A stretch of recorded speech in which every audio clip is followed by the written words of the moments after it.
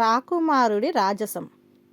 విజయపురి రాజు వీరవర్మకు తన పూర్వీకుల రాజసం పట్ల, తన వంశ ప్రతిష్ట పట్ల చాలా గౌరవం ఉండేది.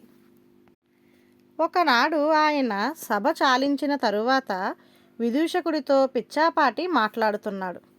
ఇంతలో ఆయన కొడుకు 2 ఏళ్లవాడు కుమారవర్మ తడబడే అడుగులతో అక్కడికి వచ్చాడు.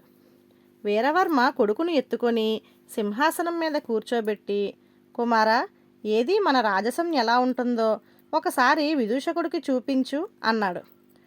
కుమారవర్మ తండ్రి మాటలు గ్రహించిన వాడిలా కాలు మీద కాలు వేసుకొని కూర్చున్నాడు.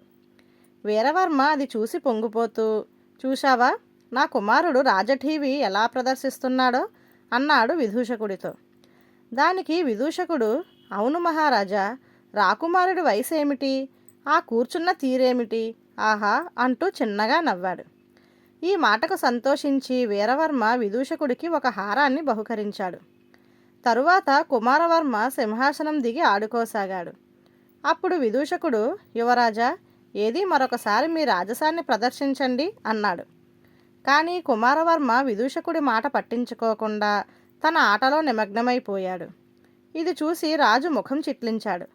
అయితే విదూషకుడు నవ్వి, మహారాజా, యువరాజు మీకు తగినవాడని మరొకసారి నిరూపించుకున్నాడు. తండ్రి ఆజ్ఞను తప్ప మరొకరి ఆజ్ఞను పాటించకుండా తమ వంశ ప్రతిష్టను నిలబెట్టాడు అన్నాడు.